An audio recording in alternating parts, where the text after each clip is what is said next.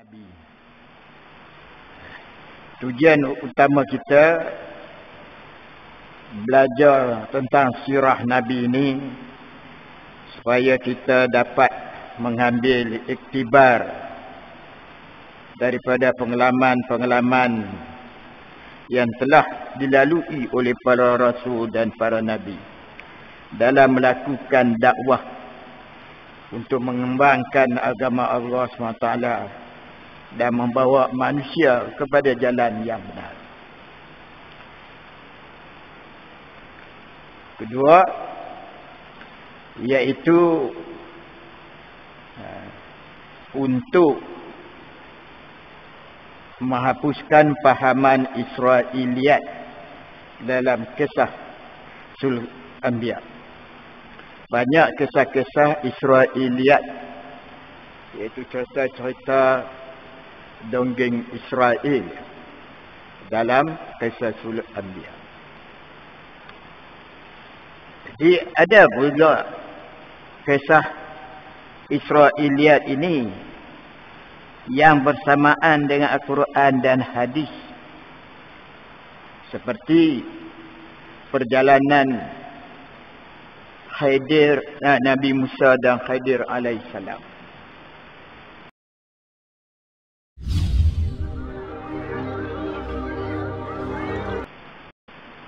Baik, hari ini kita belajar tentang tajuk Nabi Adam alaihissalam. Penciptaan Nabi Adam alaihissalam.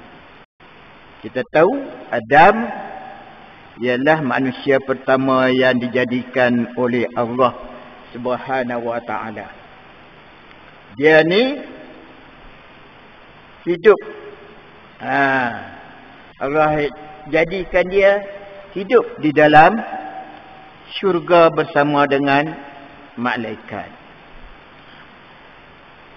Ada setengah riwayat mengatakan Adam hidup di syurga hanya sekerat hari.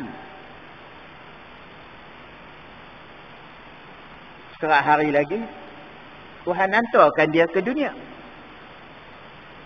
Sebab, tu nak tahu sebab. Sebab di akhirat syurga, sehari di sana bersamaan 1000 tahun dunia.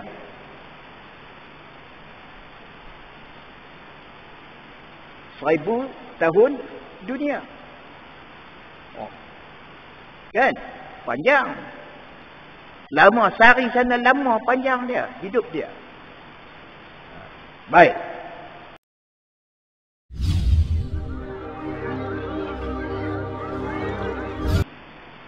Sebelum Allah menjadikan manusia yang bernama Adam ini, bumi dihidup telah didiami oleh para jin.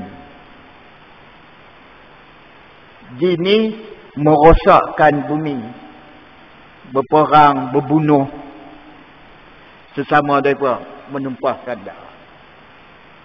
Ini malaikat lihat. Jikalau permusuhan jin sama jin ni, Allah mengutuskan malaikat menghancurkan mereka. Lalu dihancurkan jin ni, mereka hancurkan sehingga lari lintang pukang. Dihantarkan mereka, ditangkap, dihantar pada sebuah pulau. Hanya jika nak takut mereka dengan malaikat tu, lari lintang pukang, tertinggallah seorang anak jin. Anak jin yang tertinggal inilah malaikat nampak, dia ambil, dibawa ke syurga, dibelah.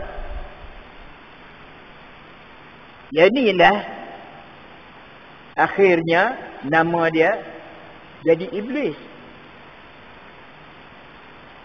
Anak jin ni. Diberi nama malaikat Azazil. Sedap, nama dia pun dekat sama-sama dengan malaikat. Sebab dia beramal ibadat yang kuat.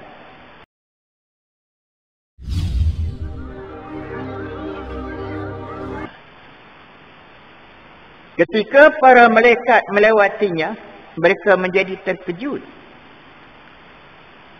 Bila dah buat dah Adam, seorang lelaki, berdiri tegak ataupun terlentang, malaikat datang tengok. Mereka terkejut melihat ciptaan manusia ini. Lebih-lebih lagi iblis.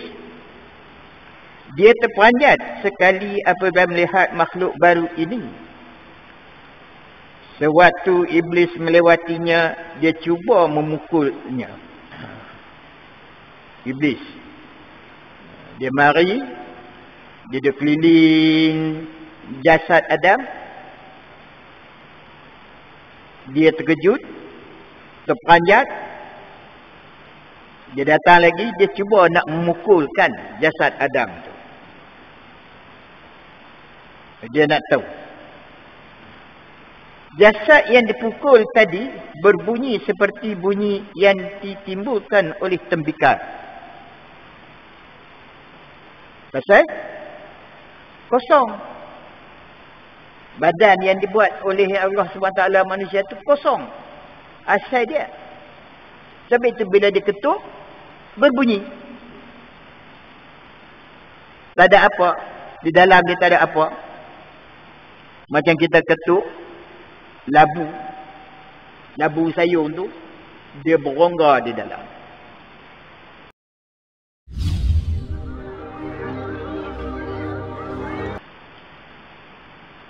Ketika Allah meniupkan ruh ke dalam dirinya, maka ruh itu masuk melalui kepalanya. Itu melalui ubun-ubun kepala. Kan? Kita raba di kepala kita tu ada ubun-ubun, tempat yang lembut di kepala kita. Tapi kita ni dah tua-tua dah, keras sikit kepala dia. Kalau budak-budak tu, nampak dia ubun-ubun di kepala tu. Daripada atas ni lah Allah tiupkan ruh dia. Tiup macam mana? Dia tiup macam kita ke? Tak. Kita tak tahu hakikat dia.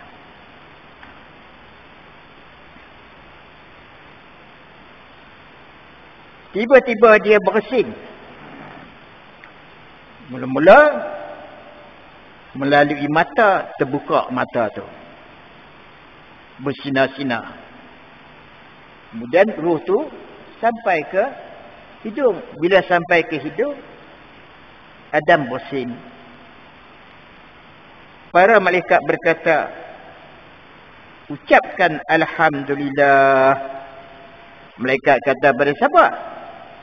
Kepada Nabi Adam. Ucapkan Alhamdulillah. Bila kita bersin, kita ucapkan Alhamdulillah. Kita dengar orang bersin, kita doakan dia. Kita jawab bersin dia. Jangan diam saja. Itu hak orang Islam.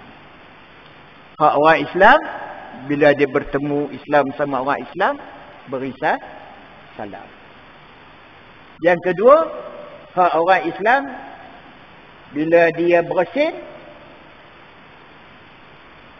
dia sebut Alhamdulillah, kita sebut Yahdiyakumullah. Kan? Dia pun jawab balik. Tapi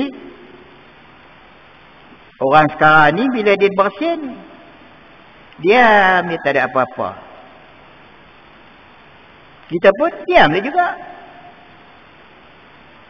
Pasal dia tak sebut Alhamdulillah. Kan?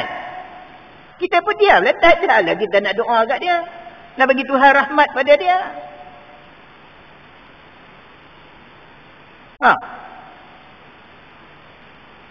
Apa pasal dia bersin tu? Sebab nyawa dia sampai situ. Mana bernapaslah dia tu.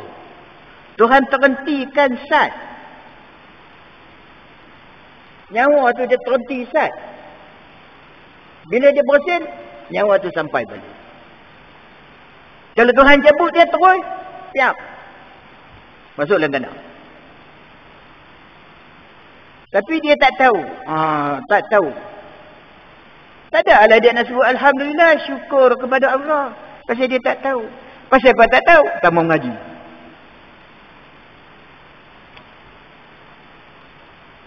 Tak mau mengaji. Tak mau datang mengaji. Kalau kita datang mengaji, tengok sini banyak tu guru. Banyaklah dapat ilmu kita. Malahan lebih alim lagi pada saya. Saya ni taklah panggil ustaz. Saya ni panggil orang tukang baca kitab. Itu yang saya boleh. Orang baca kitab. Tapi kita tak mau ngaji. Rugi kita. Bila rugi? Ditanya oleh Allah SWT. Rajin semayang, tak mau mengaji. Lagi teruk.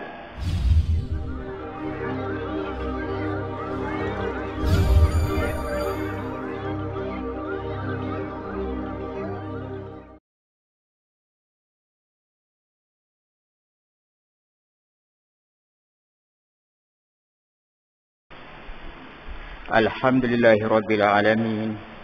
Wassalatu wassalamu ala asyrafil anbiya'i wal mursalin wa ala alihi wa sahbihi ajma'in.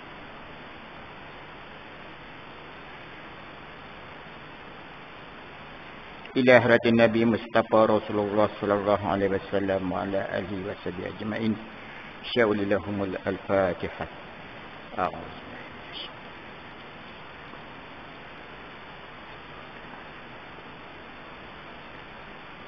Ya.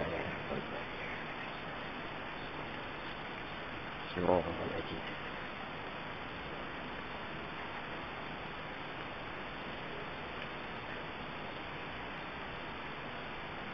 Allahumma salli ala sayyidina Muhammad wa ala ali sayyidina Muhammad. Allahumma salli ala sayyidina Muhammad wa ala ali sayyidina Muhammad. Allahumma salli ala sayyidina Muhammad wa ala ali sayyidina Muhammad. Bismillahirrahmanirrahim. Allahumma aftah alaina hikmataka wa insyur alaina min khazaini rahmatika ya arhamar rahimin. Rabbi syrah li sadri wa yassir li amri wahlul 'uqdatam min lisani yafqahu qawli. Rabbi yassir wa la tu'assir wa bitamin bil khair. Rabbi yassir wa la tu'assir wa bitamin bil khair.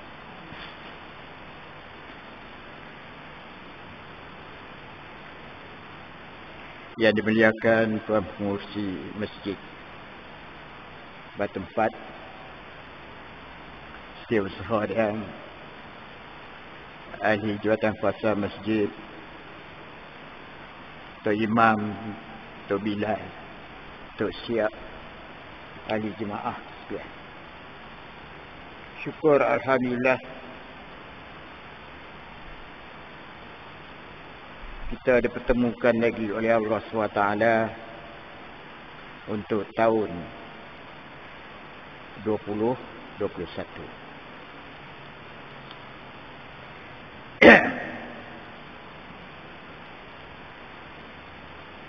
Mudah-mudahan pertemuan kita ini akan diberkati Allah dan memberikan rahmat limpah kurnianya dan memberikan kita hidayat, taufik dan hidayahnya. Ini kali ketiga lah saya datang ke sini sebagai seorang guru takmir mengajar tentang sirah para anbiya. Ya, ni kurikulum dia. Ya, ni buku teks dia. Nak kena tengok juga kurikulum ni. Pasal kita duk belajar, duk siasa mengajar di sekolah dulu. Kurikulum kena semak. Takut lari pada sasaran dia.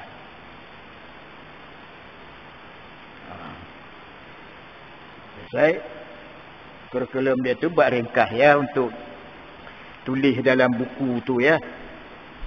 Lesson note tu. Pengajaran. Baik. Dulu kita telah belajar berkenaan dengan Nabi, arti Nabi. Tujuan utama kita belajar tentang sirah Nabi ini supaya kita dapat mengambil iktibar daripada pengalaman-pengalaman yang telah dilalui oleh para rasul dan para nabi dalam melakukan dakwah untuk mengembangkan agama Allah SWT dan membawa manusia kepada jalan yang benar. Kedua, iaitu untuk menghapuskan pahaman Israiliyat dalam kisah Sulh Anbiya. Banyak kisah-kisah Israiliyat, iaitu cerita-cerita dongeng Israel dalam kisah Sulh Anbiya. Jadi ada pula kisah Israiliyat ini yang bersamaan dengan Al-Quran dan hadis, seperti perjalanan Khidir, Nabi Musa dan Khidir alaihissalam. Ada juga kisah-kisah dalam surah Al-Anbiya ini berkenaan nabi-nabi, berkenaan dengan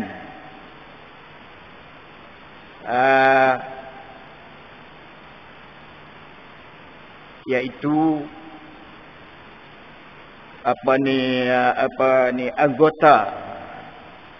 anggota lembu yang digunakan untuk memukul mayat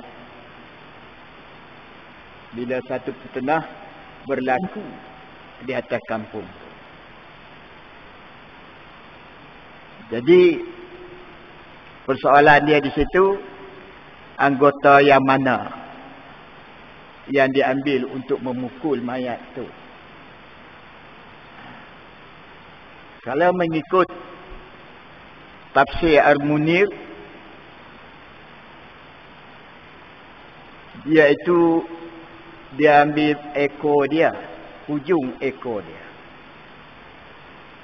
Kalau mengikut Ibnu Katsir, dia ambil lidah dia. Taklah pula dipotong paha dah hentam dia mayat tu. Sebab siksa pula mayat tu. Mengambil paha tu hentak itu air hancur. Ada juga dalam kisah Sulh Anbiya yang kita baca edisi Jawi dulu, kan? Dia lebih kurang nipis saja. Cerita berkenaan dengan dua orang malaikat Harut Marut. Di mana dalam cerita itu Harut Marut membuat dosa. Minum arak, berzina, yang tu hendak dipadamkan. Walau macam mana pun, ada juga yang boleh dipakai. Bukan semua cerita-cerita berkenaan Israiliyat yang diceritakan oleh Israel itu tak boleh dipakai. Boleh dipakai sebagai iktibar, pengajaran. Sebab dia berdasarkan juga pada hadis. Mereka berdasar juga pada kitab Taurat, Injil dulu. Baik. Ini kita belajar tentang tajuk Nabi Adam alaihissalam. Penciptaan Nabi Adam alaihissalam. Kita tahu Adam ialah manusia pertama yang dijadikan oleh Allah Subhanahu wa taala. Dia ni hidup.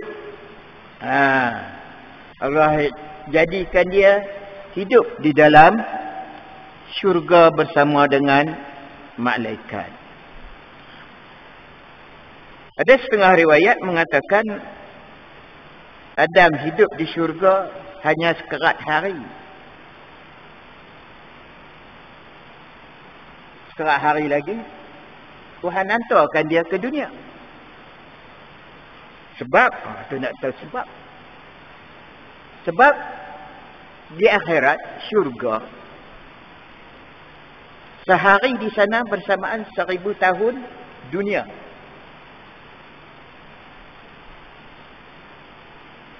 Seribu tahun dunia. Oh. Kan? Panjang. Lama. Sehari sana lama panjang dia. Hidup dia. Baik. Firman Allah SWT. A'udzubillahi minasyaitonir rajim. Wa idz qala rabbuka lil malaikati inni ja'ilun fil ard khalifah. Qalu ataj'alu fiha man yufsidu fiha wa yasfiku ad-dima wa nahnu nusabbihu bihamdika wa nuqaddisu lak. Qala inni a'lamu ma la ta'lamun. Wa 'allama Adama al-asma'a kullaha thumma 'aradahum 'ala al-malaikah faqala anbi'uni bi asma'i haula in kuntum shadiqin. Qalu subhanaka la 'ilma lana illa ma 'allamtana innaka antal 'alimul hakim. Qala ya Adamu anbi'hum bi asma'ihim falamma anba'ahum bi asma'ihim qala alam aqul lakum inni a'lamu ghaibas samawati wal ard wa a'lamu ma tubduna wa ma kuntum taktumun. Sadaqallahul azim. Surah Baqarah ayat 30 hingga 33. Yang bermaksud, dan ingatlah ketika Tuhanmu berfirman kepada malaikat, sesungguhnya aku hendak menjadikan seorang khalifah di bumi. Mereka bertanya tentang hikmah ketetapan Tuhan itu dengan berkata, adakah engkau ya Tuhan kami hendak menjadikan di bumi itu orang yang akan membuat bencana dan menumpahkan darah, berbunuh-bunuhan, padahal kami sentiasa bertasbih dengan memujimu dan mensucikanmu. Tuhan berfirman, sesungguhnya aku mengetahui akan apa yang kamu tidak mengetahui, dan ia telah mengajarkan Nabi Adam akan segala nama benda-benda dan gunanya. Kemudian ditunjukkan kepada malaikat, lalu ia berfirman, terangkanlah kepadaku nama benda-benda ini semuanya, jika kamu golongan yang benar. Pada ayat yang pertama tadi, nampak ketika Tuhan membentangkan hendak menjadikan manusia sebagai khalifah di bumi ini, malaikat ada yang membahaskan menentang. Dia bertanya, bukan dia membahas, menentang. Sebab malaikat dia tak pernah menderhaka pada Allah SWT. Tapi dia menyoal, menanya Allah, adakah kamu hendak menjadikan manusia yang hendak kamu jadikan ini manusia yang membuat bencana dan menumpahkan darah, berbunuh-bunuhan, padahal kami sentiasa bertasbih dengan memuji dan mensucikanmu. Tuhan berfirman, sesungguhnya aku mengetahui akan apa yang kamu tidak mengetahui. Ini berdasarkan kepada telah berlaku di bumi. Sebelum Allah menjadikan manusia yang bernama Adam ini, bumi dihidup telah didiami oleh para jin. Jin ini merosakkan bumi, berperang, berbunuh sesama mereka. menumpahkan darah. Ini malaikat lihat. Jikalau permusuhan jin sama jin ni, Allah mengutuskan malaikat menghancurkan mereka. Lalu dihancurkan jin ni, mereka hancurkan sehingga lari lintang pukang. Dihantarkan mereka, ditangkap, dihantar pada sebuah pulau. Hanya dia kerana takut mereka dengan malaikat tu, lari lintang pukang, tertinggallah seorang anak jin. Anak jin yang tertinggal inilah malaikat nampak, dia ambil, dibawa ke syurga, dibelah. Yang inilah akhirnya nama dia jadi iblis. Anak jin ni diberi nama malaikat Azazil. Sedap, nama dia pun dekat sama-sama dengan malaikat, sebab dia beramal ibadat yang kuat. Baik, jauh dah kita lari. Tengok, yang tadi ciptaan yang dibuat berdasarkan firman Allah SWT. Jadi kita lihat pula tentang hadis tentang penciptaan Adam alaihi salam. Imam Ahmad mengatakan, ini saya bawa ni itu kisah para nabi karangan Abul Fida Ismail bin Kasir al-Quraisy, lebih terkenal dengan nama Ibnu Kasir, pengarang tafsir Al-Quran Ibnu Kasir, orang Quraisy. Apa kata Imam Ahmad daripada Yahya bin Muhammad meriwayatkan kepadanya dari dari Khusamah bin Zuhair, dari Abu Musa, dari Nabi sallallahu alaihi wasallam. Baginda bersabda, Allah menciptakan Adam berasal dari segenggam tanah, dari segala unsur. Kerana itu anak cucu Adam lahir sesuai dengan warna tanah. Di antara mereka ada yang berwarna kulit putih, merah, hitam dan sebagainya. Ada pula yang buruk dan ada yang bagus. Ada yang mudah, berakhlak baik, ada pula yang sedih dan seterusnya. Hadis senada diriwayatkan oleh Al-Baihaqi dan Al-Tirmidzi. Senada maknanya ada hadis yang diriwayatkan oleh Baihaqi dan Tirmidzi, semacam gaya bahasa dia hadis yang dibawa oleh Imam Ahmad. Sudah meriwayatkan dari Ibnu Mas'ud dan beberapa orang dari sahabat Nabi SAW, mereka mengatakan, maka Allah mengutuskan malaikat Jibril turun ke bumi untuk mengambil sebahagian tanahnya. Bumi berkata, aku berlindung pada Allah dari keinginanmu untuk mengurangi diriku atau mencela aku. Jibril kembali tanpa membawa hasil.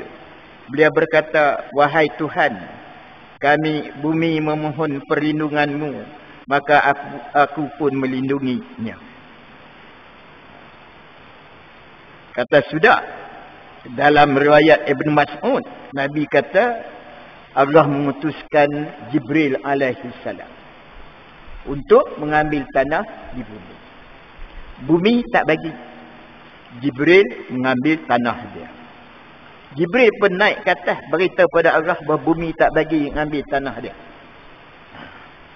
Kemudian Allah mengutuskan pula malaikat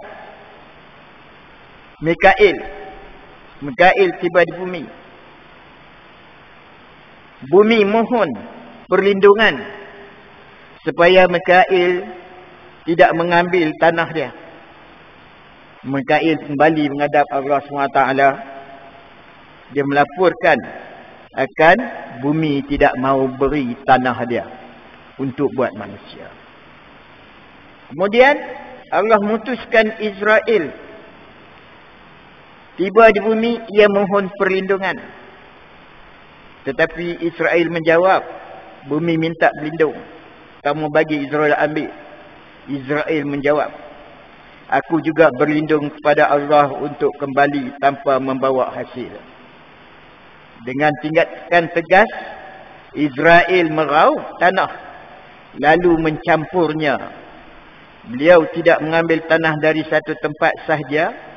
Beliau mengambil tanah berwarna putih, merah dan hitam. Dari situ, maka anak cucu Adam lahir dengan warna kulit yang berbeza-beza. Itu yang kita nampak tu. Sebab campuran tanah ni. Kan tanah banyak warna kan. Jadi manusia apa yang lahir ni ikut warna dia. Lahir warna gelap, gelaplah dia. Kalau mak dia gelap, gelaplah dia. Kalau mak dia putih, pak dia putih, putihlah dia. Kalau pak dia warna merah, mak dia merah, merahlah anak dia keluar. Sebab warna-warna ini ada hikmat dia membezakan antara satu bangsa dengan bangsa yang lain.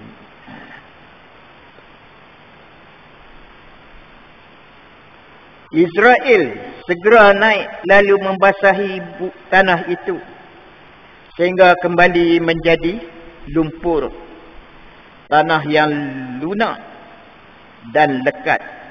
Jadi Israel pun bila buat naik, dia basah tanah tu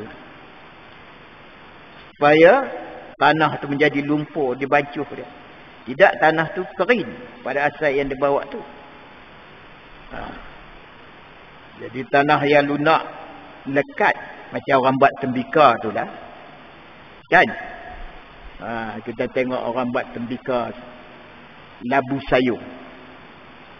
Kan dia bancuh, dia tumbuk tanah tu. Bila jemur dulu tanah tu.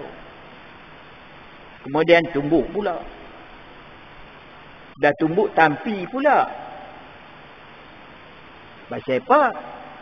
Pasal nak dapat tanah yang elok, halus, senang dibancuh, senang digaul. Barulah nampak labu nanti kalau dibuat jadi cantik. Tak adalah ada pasir ke situ. Berkutu-kutu dia. Kemudian Allah Ta'ala berkata kepada para malaikat, aku akan menciptakan seorang lelaki yang berasal dari tanah lumpur ini. Maka apabila aku telah menyempurnakannya dan meniupkan ruhku ke dalam dirinya, tunduklah kamu semua seraya bersujud. Surah Sad ayat 71-72. Buka. Tengok Al-Quran. Ayat 71-72. Surah Sad. Allah SWT menciptakan Adam menggunakan tangannya sendiri supaya iblis tidak sombong kepadanya. Allah gunakan tangan dia sendiri supaya iblis tidak sombong pada dia.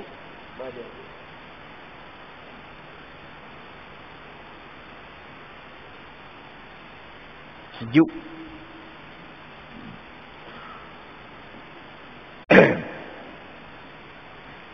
Pasal apa? Iblis mengaku sombong sebab diri dia buat daripada api. Manusia buat pada tanah. Jadi Allah sendiri uli tanah tu. Bagi elok, dia yang membentuk lembaga Adam dengan tangan dia sendiri. Jangan pula kita kata Allah tu ada bertangan pula. Tangan dia sebut di sini tu kita tak tahu makna dia macam mana. Jangan sebut macam tu pula. Jadi jadi Hindu pula kita. Tuhan dia bertangan.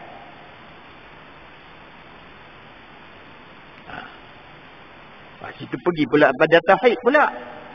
Itu pentingnya pula belajar akidah. Supaya akidah tu dapat membezakan mana etikad yang betul, mana etikad yang salah.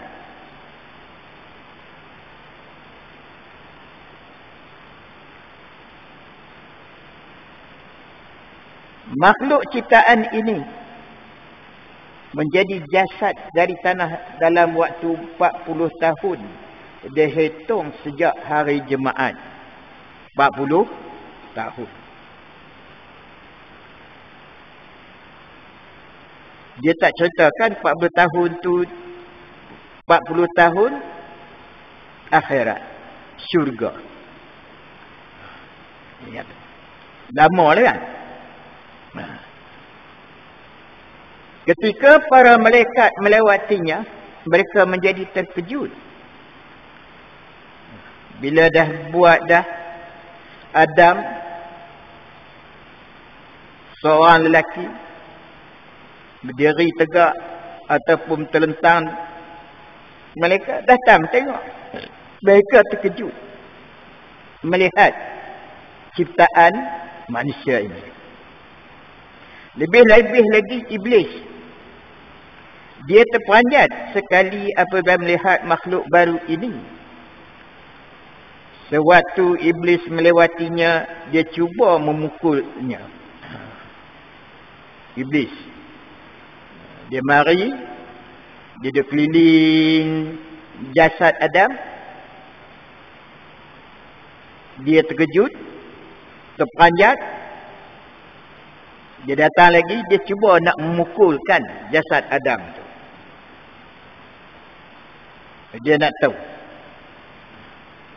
Jasad yang dipukul tadi berbunyi seperti bunyi yang ditimbulkan oleh tembikar. Pasal kosong. Badan yang dibuat oleh Allah SWT manusia tu kosong. Asal dia. Sebab itu bila diketuk, berbunyi. Tak ada apa. Di dalam dia tak ada apa. Macam kita ketuk labu. Labu sayur tu, dia berongga di dalam. Macam kita ketuk gendang raya. Dulu kan ada masjid surah, ada gendang raya, ada apa tu? Takluk. Dulu. Jadi gendang raya dan talung tu dulu, yang orang tua buat dulu, ulama buat dulu, sebagai alat komunikasi untuk panggil orang datang sembahyang. Mari sekarang ustaz sekarang ni, dia kata nulah salah pula. Habis semua pakat tahu. Gendang raya lah, apa kata caluk apa keduk di apa terkelentung. Surau-surau tahu habis. Heran juga kita pun. Pakai siaran. Bunyi siaran sat ya. Rosak. Mesti pakai beli siaran. Rosak. Mana dia tahan lama dengan gendang raya tu. Gendang raya tu kalau kita pukul dia sebatu lebih boleh dengar. Orang yang buat tu ada ambilan dia. Bukan saja-saja reka nak buat. Bukan ada ikut dan dia orang putih ke Hindu ke apa pakai gendang. Dah. Sudah. Mereka pula ada pula pakai rakaman pula. Kita kalau kita tak mahu tak salah pakai rakaman untuk bunyi gedung. Ada pula timbul rakaman. Kan? Baik, tu nak tahu tu semua tu. Kerana itu ketika Allah SWT berfirman dari tanah kering seperti tembikar, surah Ar-Rahman ayat 14. Allah SWT berkata, yang aku ciptakan untuk suatu urusan, ia masuk dari lubang mulutnya dan keluar dari duburnya. Maknanya sesuatu benda yang kita masuk ke mulut kita, kemudian dia keluar ke tubuh kita. Betul dia berongga. Kita makan makanan, kemudian najis dia keluar ke punggung, hampas makanan tu. Kita minum air yang tak digunakan tu, tak pakai, tak elok tu, buang ikut saluran dia. Sebab manusia ni jenis makan. Allah SWT berkata pada malaikat, kamu jangan takut terhadap makhluk ini, kerana Tuhanmu adalah Zat As-Samad, dan ini adalah makhluk yang berongga. Kalaupun aku memberi kekuasaan padanya, tentu aku juga yang membinasakannya.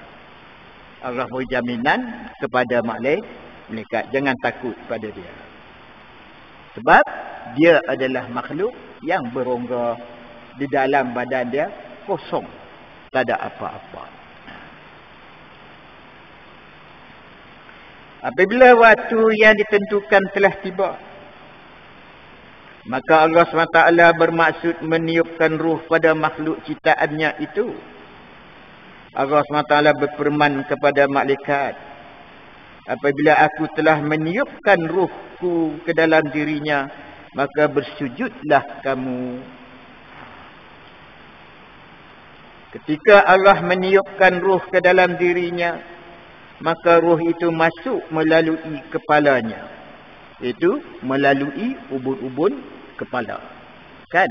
Kita raba di kepala kita tu ada ubun-ubun, tempat yang lembut di kepala kita.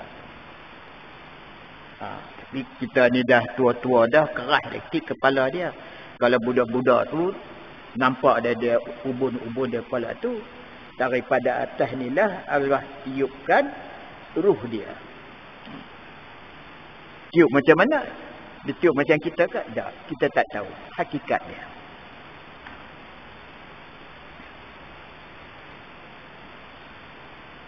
Tiba-tiba dia bersin. Mula-mula melalui mata, terbuka mata tu, bersinar-sinar. Kemudian ruh tu sampai ke hidung. Bila sampai ke hidung, Adam bersin. Para malaikat berkata, ucapkan Alhamdulillah. Malaikat kata pada siapa? Kepada Nabi Adam. Ucapkan Alhamdulillah.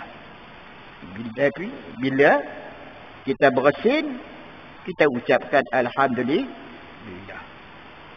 Kita dengar orang bersin, kita doakan dia. Kita jawab bersin dia. Jangan diam saja. Itu hak orang Islam. Hak orang Islam, bila dia bertemu Islam sama orang Islam, beri salam. Yang kedua, hak orang Islam, bila dia bersin, dia sebut Alhamdulillah, kita sebut Yahdiyakumullah. Kan? Dia pun jawab balik. Tapi orang sekarang ni bila dia bersin, diam, dia tak ada apa-apa. Kita pun diam dia juga. Pasal dia tak sebut Alhamdulillah. Kan? Kita pun diam lah. Tak ada lah kita nak doa kat dia. Nak bagi Tuhan rahmat pada dia.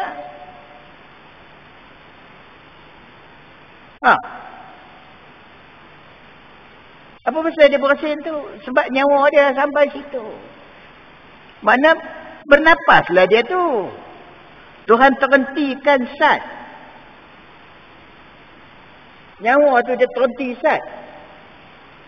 Bila dia bersin, nyawa tu sampai balik.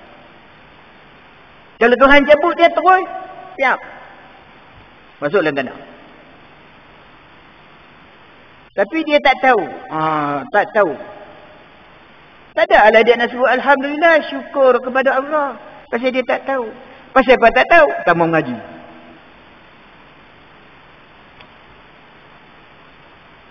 Tak mau mengaji. Tak mau datang mengaji. Kalau kita datang mengaji, tengok sini banyak tu guru. Banyaklah dapat ilmu kita. Malahan lebih alim lagi pada saya. Saya ni taklah panggil ustaz.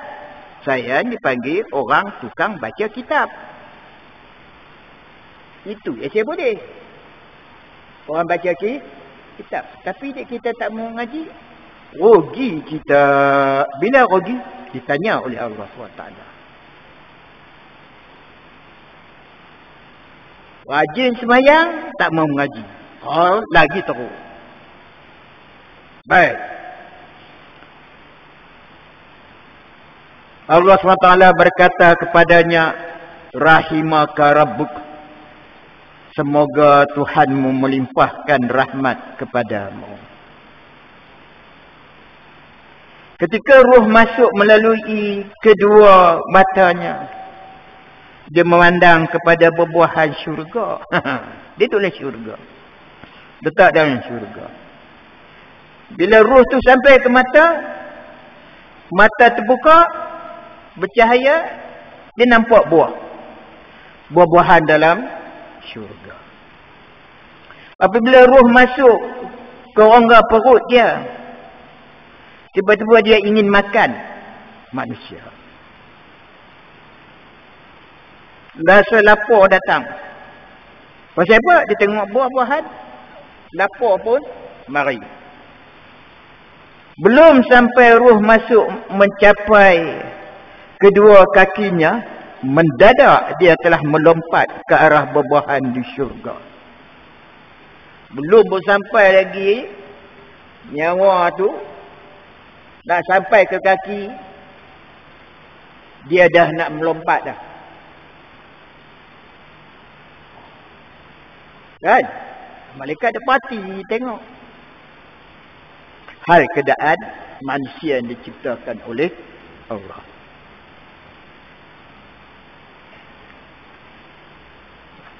Hal itu bersamaan ketika Allah SWT berfirman, manusia diciptakan dengan tabiat tergesa-gesa. Surah Al-Anbiya ayat 37.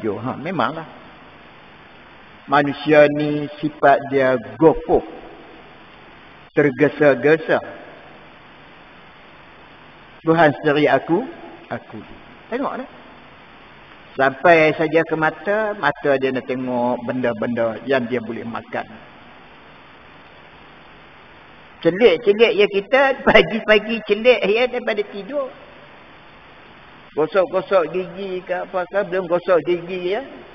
Dia cari nak makan perut lapar. Kan? Kemudian itulah Tuhan kata tu. Dia manusia ni gopoh, tergesa-gesa. Buat kerja tu nak cepat. Nak cepat. Sama ada kerja dia tu berkualiti ke, tak berkualiti ke, cantik orang tengok ke, tak cantik tak kira. Asal siap.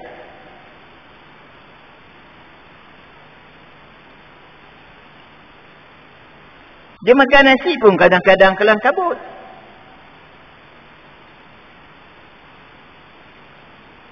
Tambah kalau dia lambat nak pergi kerja, kelang kabut dia. Nak sampai ke pejabat tu. Bawa kereta pun kelang kabut. Itu yang jadi aksiden tu. Sebab kelang kabut diri dia tu, sifat dia tu.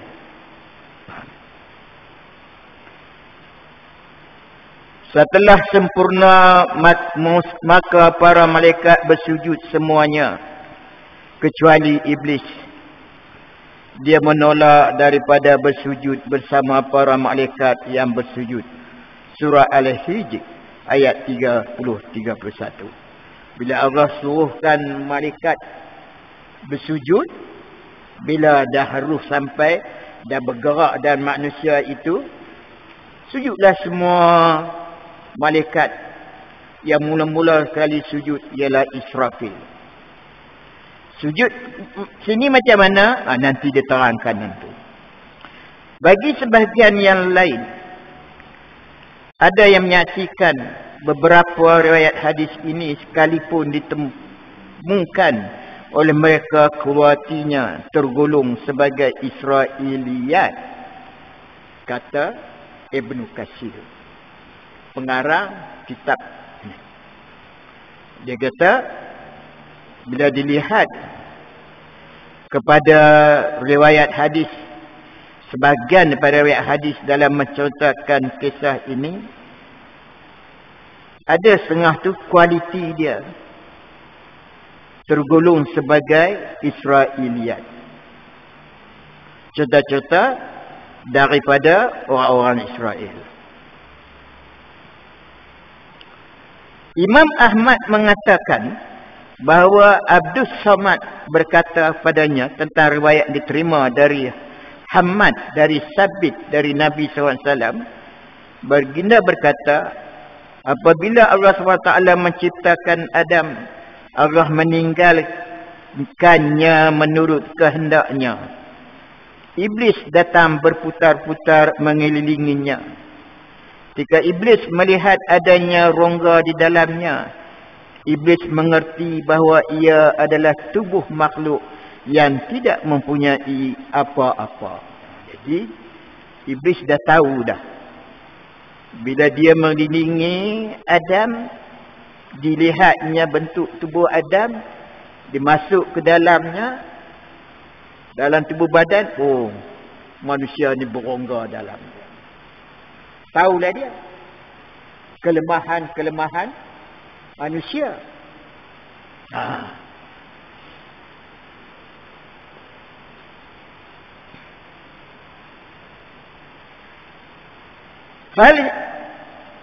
Hal senada riwayatkan pula oleh Imam Muslim, Ibn Hibban di dalam kitab sahihnya mengatakan bahawa Hasan bin Sufyan berkata kepadanya tentang riwayat diterima dari Hubbah bin Khalid, dari Hamad bin Salamah, dari Sabit, dari Anas bin Malik, bahawa Rasulullah SAW berkata, apabila ruh ditiupkan Allah ke dalam dirinya Adam, maka suatu ruh memasuki kepalanya, dia bersin. Dia mengucapkan Alhamdulillahi Rabbil Alamin. Adam mengucapkan, segala puji bagi Allah Tuhan sekalian alam.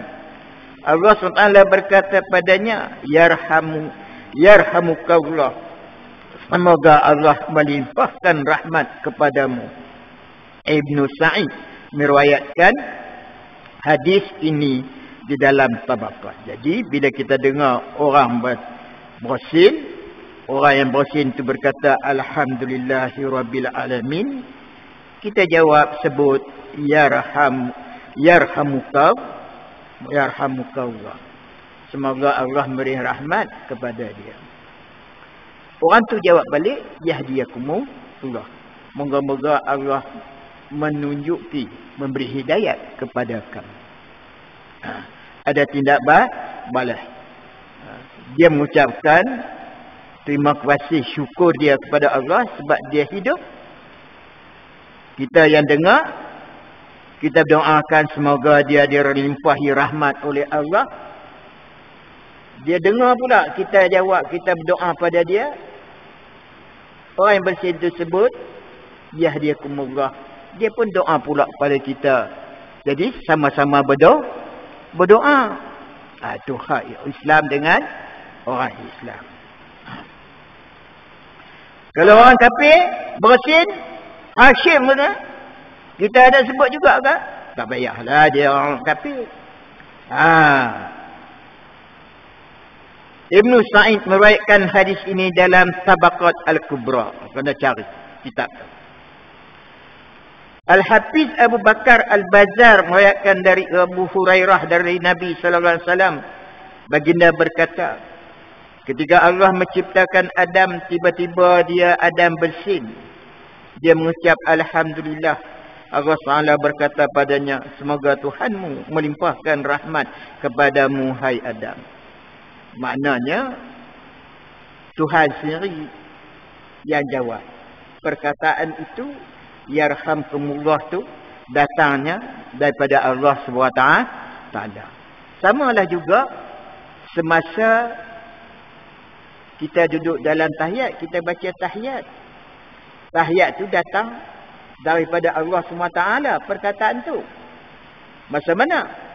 Masa Nabi Isra' Mi'raj bertemu Allah. Dari jauh lagi.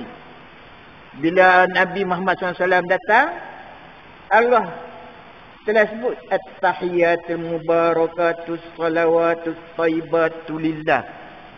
Assalamu alayka ayyuhan nabi wa rahmatullahi wa barakatuh. Allah beri salam kepada Nabi.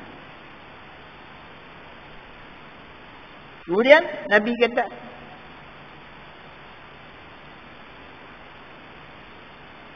Assalamu alayna wa ala ibadillahi salihin. Bila Allah beri salam kepada dia, kemudian dia pun minta Allah beri salam juga kepada hamba-hamba dia yang soleh.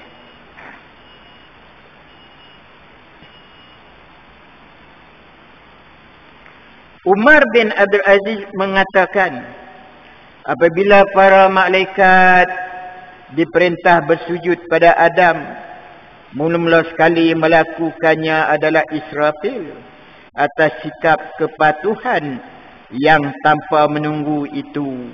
Allah menulis Al-Quran di dahinya. Begitulah riwayat Ibnu Asakir. Bila dah sempurna, maka Allah suruh malaikat sujud pada Adam. Sujud bukan macam sujud yang kata ulama, bukan sujud semacam kita sujud di dalam sujud sembahyang.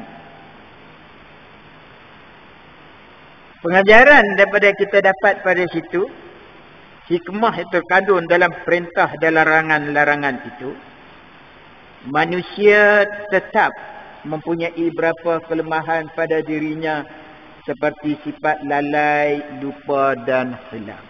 Yang ni tak boleh lepas pada manusia. Sifat lalai, sifat lupa, hilaf memang ada pada dia. Seseorang yang telah terlanjur melakukan maksiat dan berbuat dosa tidak sepatutnya berputus asa dari rahmat. Bila kita terlanjur melakukan maksiat, berbuat dosa, kita jangan berputus asa dari rahmat Allah dan ampunan Tuhan, asalkan ia sedar akan kesalahannya dan bertobat, tidak akan melakukannya kembali. Dia hendaklah beristighfar banyak-banyak pada Allah, menyesal atas perbuatan dia dan tidak akan melakukan balik perbuatan yang dia telah lakukan. Sifat sombong dan bongkak selalu membawa akibat kerugian dan kebinasaan. Kita dilarang ada sifat sombong, bongkak, takbur dalam diri kita, sebab sifat-sifat itu membawa akibat yang sangat buruk dan binasa. Iblis binasa dia kerana sifat sombong, bongkak, takbur. Tidakkan iblis tu dah jadi ketua malaikat, punya ibadat dia tak kira. Firaun masuk neraka, sombong, bongkak, takbur. Namrud masuk nyamuk sikit je dalam hidung dia, bersarang di kepala, mati kerana nyamuk. Jangan kita heran. Sebab apa? Sombong, bongkak, takbur. Na'udzubillah, kita mesti jauh pada sifat tu. Bila kita ada terasa diri kita sombong, cepat-cepat kita istighfar kepada Allah Subhanahu wa ta'ala. Wabillahi taufiq wal hidayah. Assalamualaikum warahmatullahi wabarakatuh. Cukup sekadar itu saja. Semoga kita bertemu lagi pada bulan hadapan. Wallahu a'lam. Bismillahirrahmanirrahim. Alhamdulillahirabbil alamin. Wassalatu wassalamu ala asyrafil anbiya'i wal mursalin wa ala alihi wa sahbihi ajma'in. Allahumma ighfir lana dhunubana wa li aba'ana wa li ummahatina wa li ajdadina li jiddatina li akhawatina li masyayikhina wa li ashabil huquqi alaina li jami'il muslimina wal muslimat wal mu'minina wal mu'minati ahya wa amwat rahmatika ya arhamar rahimin. Allahumma iftah alaina hikmataka وانشر علينا من خزائن رحمتك يا أرحم الراحمين. اللهم افتح علينا حكمتك وانشر علينا من خزائن رحمتك يا أرحم الراحمين. اللهم افتح علينا حكمتك وانشر علينا من خزائن رحمتك يا أرحم الراحمين. والحمد لله رب العالمين. تقبل الله.